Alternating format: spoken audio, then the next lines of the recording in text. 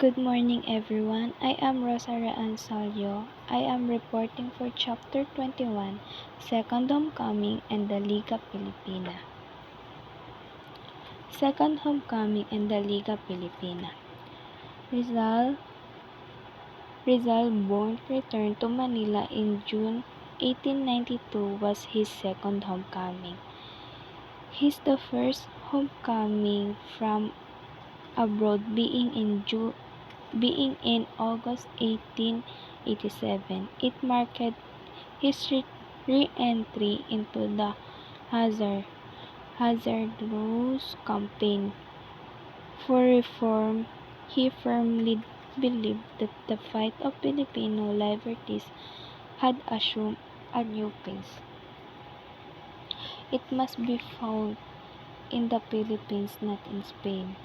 The battlefield in the Philippines, he told countrymen in Europe.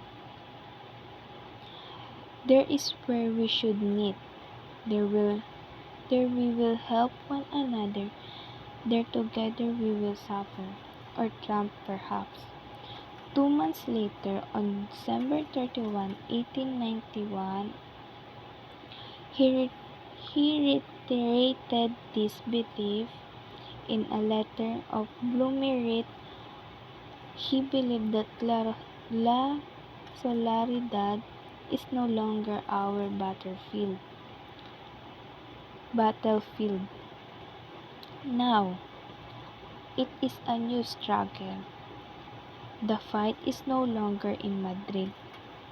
In going home to lead a new and reformed movement, he was like to biblical Daniel, birding the Spanish lion in its own den. Arrival in Manila with sister. On June 26, 1892, Rizal and Lucia arrived in Manila. The Spanish authorities seem to have prepared for his arrival. According to Rizal, when he arrived at 12 noon, he was met by many soldiers, and one of them was a major, a captain, and a servant of the constabulary were also there in disguise.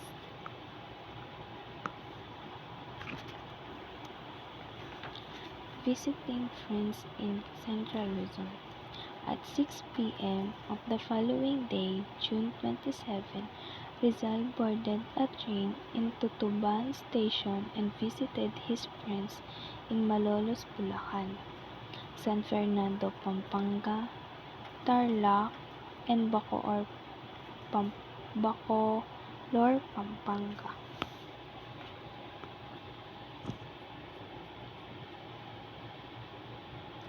He was welcomed and varishly entertained at the homes of his friends.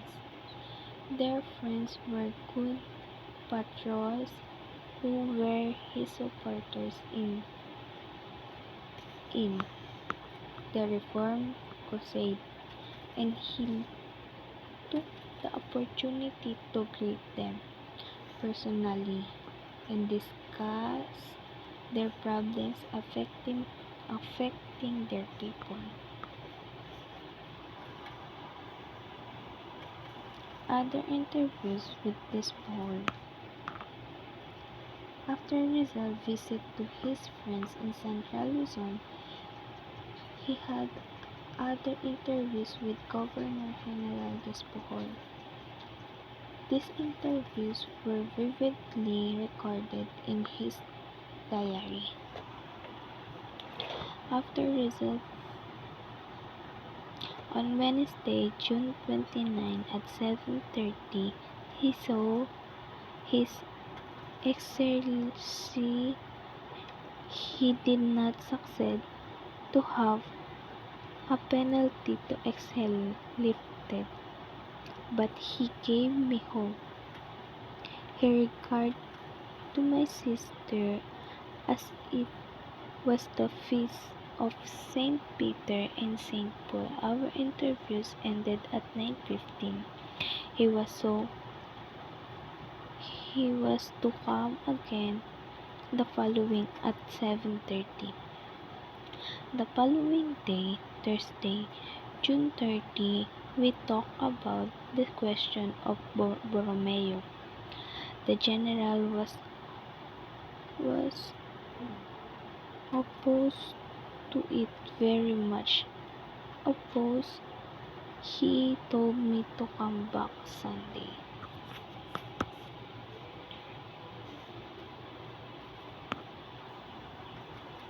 Founding the Liga Filipina.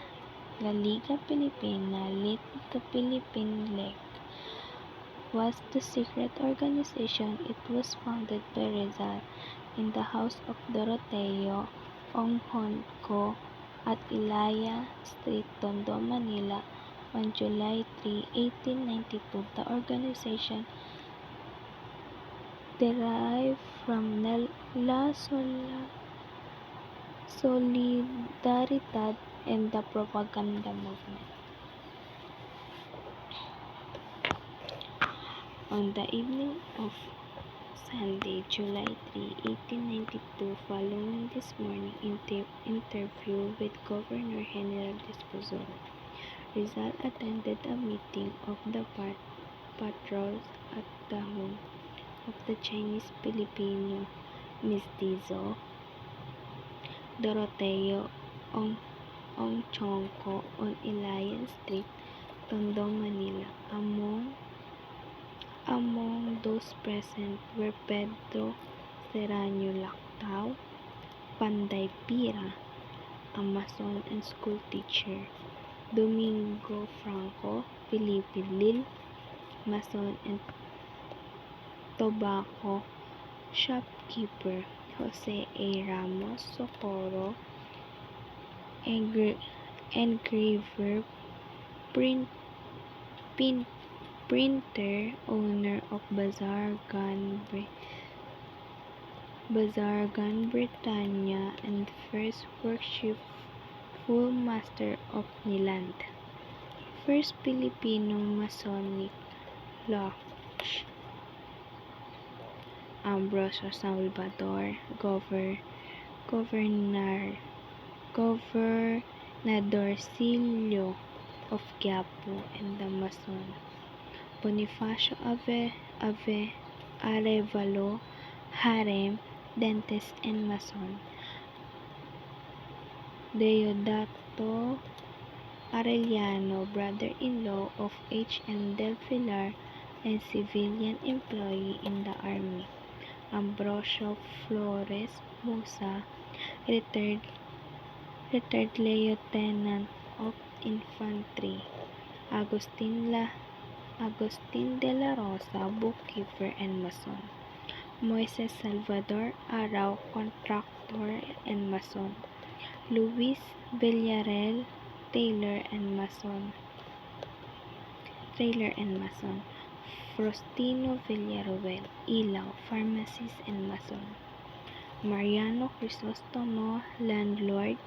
Numeriano Ariano Ipil, notary public and Mason. Stanislao Legazpi, artisan and Mason. Teodoro Planta, court clerk and Mason. Andres Bonifacio, warehouse employee. Apolinario Mabini, katabay, lawyer and Mason. And Juan Sulieta, playwright, poet, and government employee.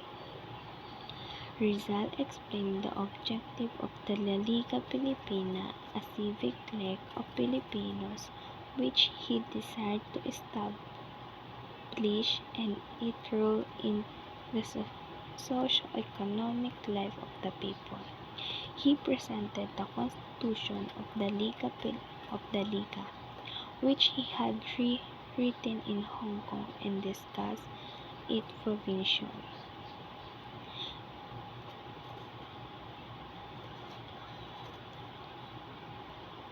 The officers of the new leg were elected as follows: Ambrosio Salvador, President; Deodato Arellano, Secretary; Bonifacio Arevalo, Treasurer; and Agustin de la Rosa, Fiscal. These are the constitution of the Liga Filipina.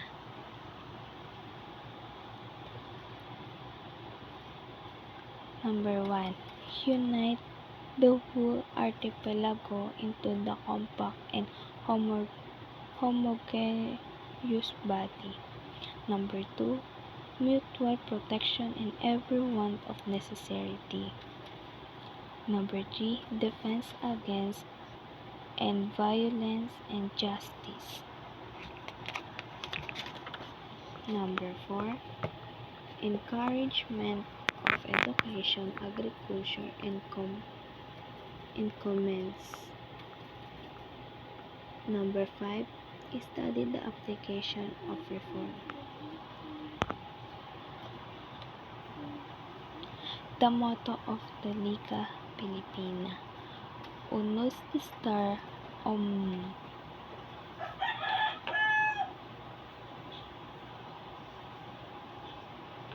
One like all.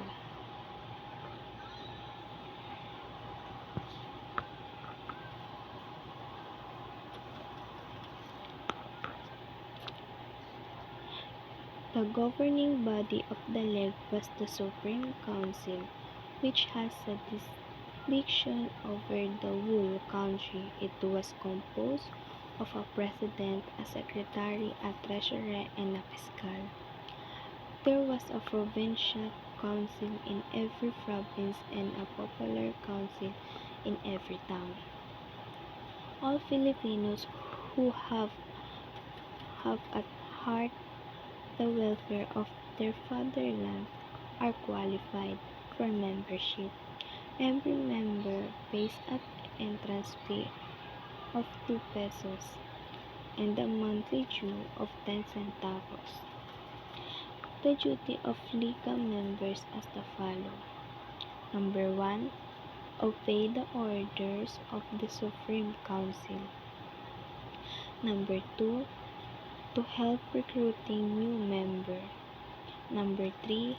To keep a strictest secrecy the decision of the Liga authorities. Number 4. To have a symbolic name which he cannot change until he became president of his council.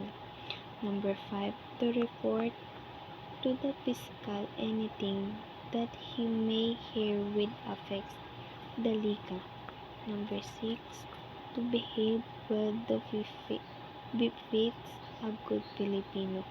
And number 7. To help fellow members in all ways.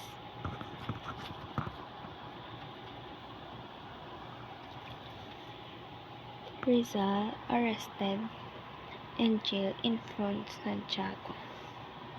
On July 6, 1892, Dr. Jose P. Rizal was arrested and detained at Fort Santiago on orders from General Eulogio Despujol for founding the Liga Filipina, an association which the Spanish authorities suspected to be seditious society. On Wednesday, July 6, Rizal went to Malacañang Palace to resume his series of interviews, which the Governor-General. During this interview, Governor-General Despujol suddenly showed him some printed leaflets which were allegedly found in Lucia's pillow cases. These incriminatory leaflets were entitled Pobres Fales under the authorship of Father Jacinto and printed by the Emplumea de los Amigos del País, Manila. They were a satire against the rich Dominican friars who, who amassed fabulous riches contrary to their monastic vow of poverty.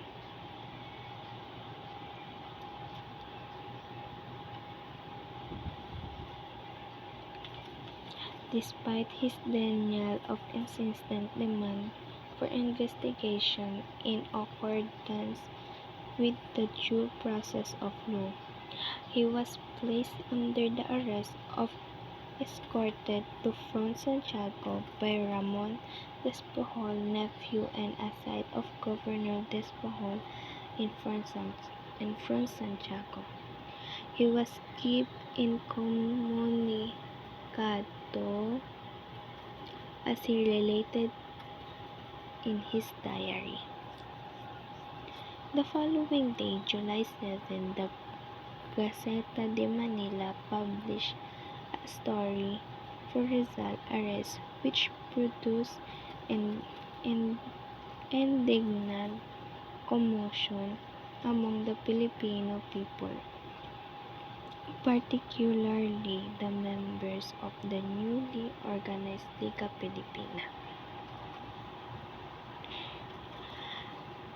Arbitrary deportation of the Pitan. Worried about revolution and authorities constantly encouraged by Rizal enemies among the friars had him arrested and deported to the Pitan on July 6, 1892. The Jesuits made a determined effort to influence Rizal in his Dapitan exile, even enlisting former college professor.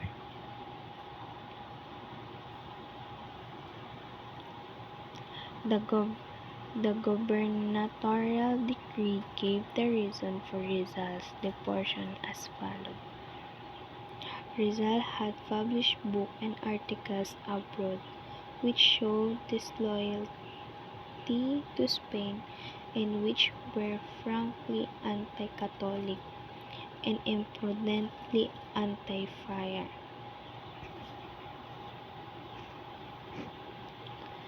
Second, a new hours after his arrival in Manila, there was found in one of the package a bundle of handbills entitled Pobres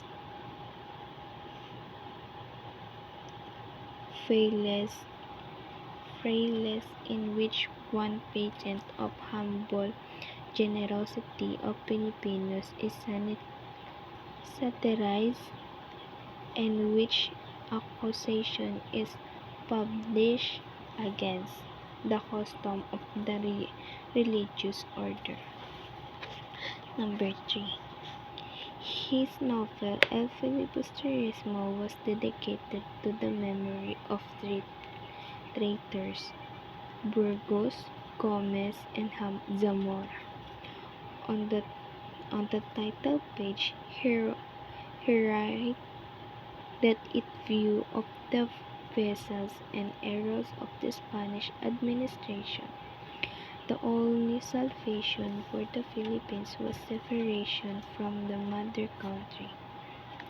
Number 4. The end which he pursued in his efforts and writing it is to tear from the loyal Filipino breast the treasure of our holy Catholic faith.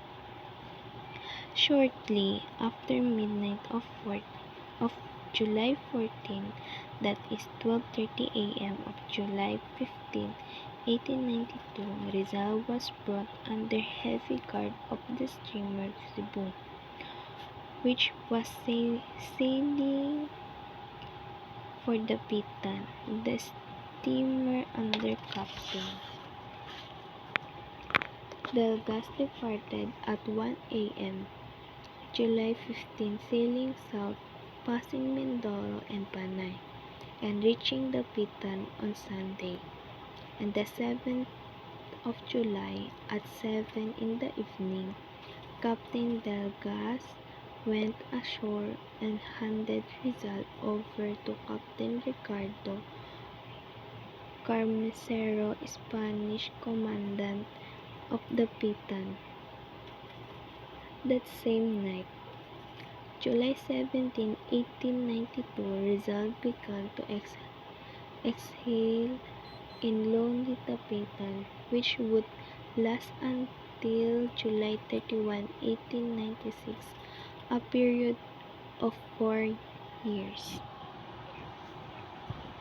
Thank you for listening. The next reporter is Princess Huyum.